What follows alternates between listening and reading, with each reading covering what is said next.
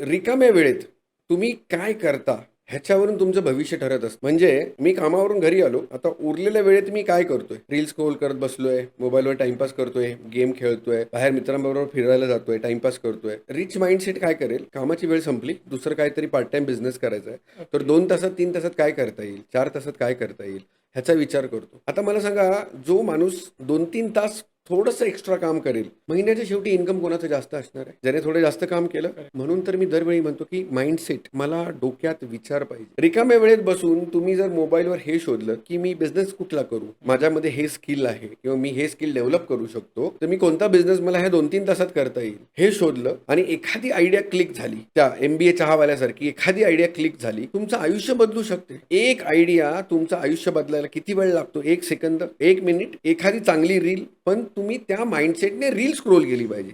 तुम्ही फक्त टाइमपास करतोय म्हणून जर रील बघत बसलात. आता कितीतरी बिझनेस कोच आहेत जे बिझनेस आयडियाज देत आहेत. तुम्ही ते शोधलं तर मिळेल. स्क्रोल करता करता आलं, आवडलं, बघितलं, हा मी आता हे उद्या करतो, परत दुसऱ्या रीलमध्ये क्रिकेटचं आलं, अरे हा ह्याने हे असं चुकीचा फटका मार, संपला विषय. कारण तुमचा माइंडसेटच नाहीये. त्यामुळे वेळ खूप इम्पॉर्टंट आहे. तुम्हाला माहिती पाहिजे की माझ्याकडे आणि जगातल्या सगळ्यात श्रीमंत व्यक्तीकडे 24 तासच आहेत. तो त्याचे 24 तास कसे वापरतोय, मी माझे 24 तास कसे वापरतोय.